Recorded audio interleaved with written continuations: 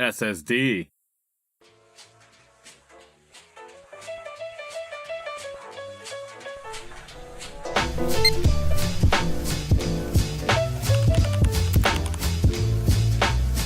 What's going on, guys? I'm John from Hobbyist PCs, and today I'm going to be showing you guys how to swap up a hard drive from a laptop and replace it with either a new one or an SSD. In this case, I'm going to be using the MX500 by Crucial.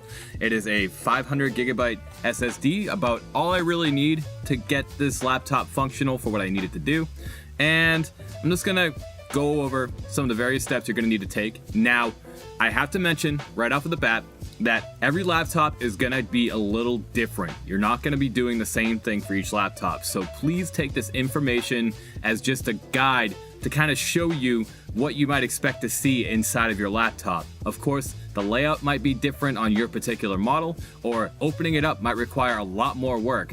Now, I have to mention here that what I have here is a Dell Inspiron. It's an older Dell laptop, and if you happen to have a Dell laptop, one thing I should mention is that if you go on Dell's website, you can actually download a PDF with the instruction manual inside of it.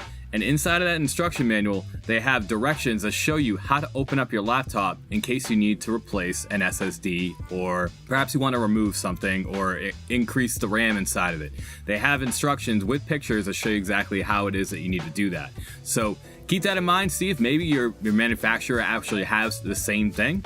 And I would recommend that you go to the website if you can, pull it up on your phone, download the PDF, and keep it by your side to help you get through the process. But today I'm going to just show you guys what you need to know as far as just swapping out the SSD. Now, as far as the tools you're going to need for this, pretty easy. You're just going to need, in most cases, a Phillips head screwdriver. In this case, I have a number 2.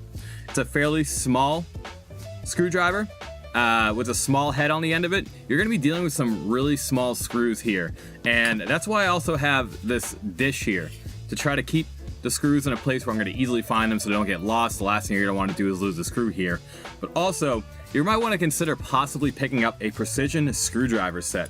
Precision screwdrivers are simply much smaller screwdrivers that are much more suited for smaller screws. And if you were to use, let's say, a bigger screwdriver on a smaller screw, you could end up stripping it.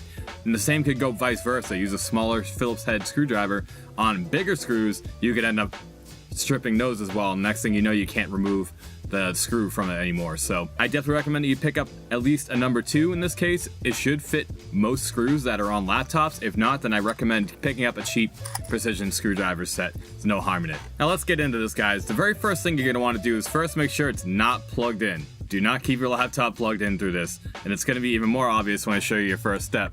So in this case, a lot of laptops might have an easy to access battery. In this case, this laptop happens to not require you to have to remove too much to get to the battery. The battery is actually right here, and there are 2 tabs on the side that lock it in place. What I'm going to do is I'm going to pull these tabs out to the side. They're gonna allow me to take the battery out. I'm just going to remove it. Let's get it out of the way. Now, this is just a safety precaution. I always recommend that you remove any sort of power sources. The same thing goes when you work on a computer. You don't want it to be plugged in and turned on. You just want to make sure that there's no power going into the source. Now, what I'm going to do here is access the area where you might find the RAM and the SSD bay. In this case, I'm going to be swapping out this old hard drive with this SSD that I purchased. And it's actually really easy on this laptop. As a matter of fact, this is where it is right here. Right on the back of this laptop, there's this panel right here, and it's only held in by 1 screw. This might vary with each laptop. You might even have to go as far potentially to have to unscrew your keyboard to get to it. However, in this case, it's pretty easy. And from what I understand, a lot of them are fairly easy to do. So all I'm going to need is my screwdriver. I'm going to remove this 1 screw. Make sure if you're not sure about whether or not your screwdriver is too big or too small, like, put a lot of force down on it. Hold it down a lot. You don't have to like dig into it, but just put a fair amount of force onto it and turn it carefully. Don't have to turn it too hard, but don't try to force it either. Go ahead and just put that screw in there. Next thing I want to do is remove this. You might have to get a little fancy with this. Last I checked, it's just a push thing. Go, got one side. Other side's out. Removed. And we can take a look here at the inside. I'm actually gonna just take a picture of it real quick so you guys can see it. Now in this particular laptop, we've got our hard drive, which is on the right-hand side. You can see that right there. And in the middle, we've got our WLAN. That's our wireless LAN connection. In other words, our wireless. And then we've got our RAM kit, or should I say just my one RAM stick. This is the only single channel RAM, unfortunately, that is located on the left-hand side. We're gonna be focused on what's on the right-hand side, and that's the SSD. You can see that that's held in. It's actually held in by one screw, but it's secured to this bracket by two screws on the side, and that's all we need to remove. So I'm gonna go ahead, I'm gonna start removing these, and we're gonna go ahead and get this SSD pulled out of there.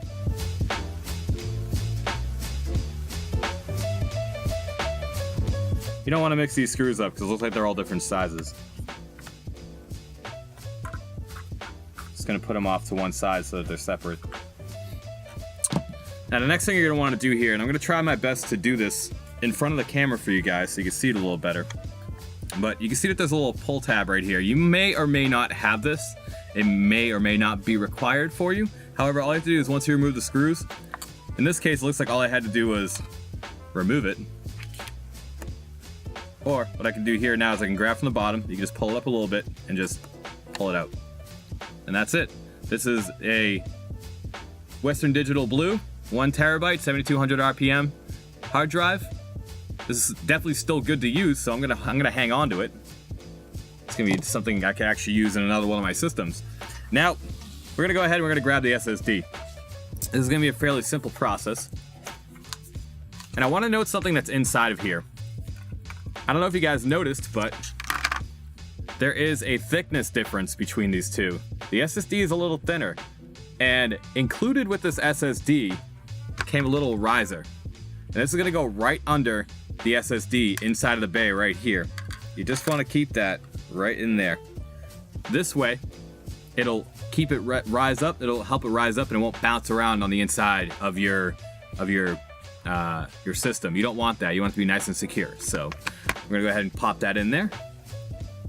Next, what we're gonna do is we're gonna take the bracket, pop it in the back just like this. You want to make sure that the pin side, in this case, the pins have to be facing up. So you're gonna put the SSD upside down just like that. Now you want to go ahead and put the screws in. If you can, try to hand tighten them first, just a little bit to get them started, so you don't strip the screws going in, strip the threads.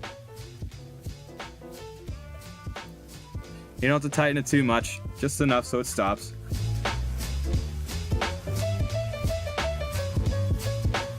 And then lastly, remember that you want your riser inside of there. You want it, in this case, you might need it in your laptop, you may not. I'm gonna do my best to show you how we're gonna pop this in. So you see the risers on the inside and the bottom, you just pop it in there first. One of the reasons there's like an adhesive here that keeps this bracket on, but you wanna, in this case, because of the way this laptop requires you to do it, you're gonna put it in at a slight angle, just to get it in, and you push it down. Actually have to move the bracket a little bit. There we go. Last thing you want to do is you want to grab your screw, secure it down. Excellent. And that's just about it. So next thing we want to do is you want to just take your cover, pop it back on, put the screw back in, and then take your battery, popped in. Voila. That's it. Fairly simple.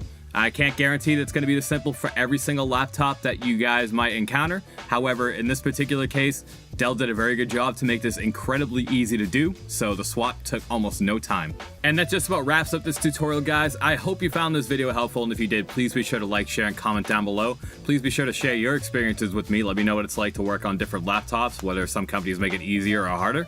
I would love to hear from you. Also, check the description down below for a link to the Hobbyist Community Discord, where we love to engage in all sorts of PC discussion. We also like to help people with various tech help issues or any sort of advice that they want in terms of putting together the build. We love doing that stuff, and there are plenty of people in the community that love helping out. Also, if you'd like to stay up to date with the different updates on this channel, please be sure to subscribe and hit the bell icon for notifications to get alerts anytime we upload to the channel. And please be sure to check out my Twitch page. I have a link down in the description below. I stream twice a week, and it's one of the best places to engage with me in person. And I just love having conversations about PC hardware and tech while I'm on stream. So I would love to have you guys, and I hope I see you in there. Thank you guys so much for watching. Have a pleasant day, everyone.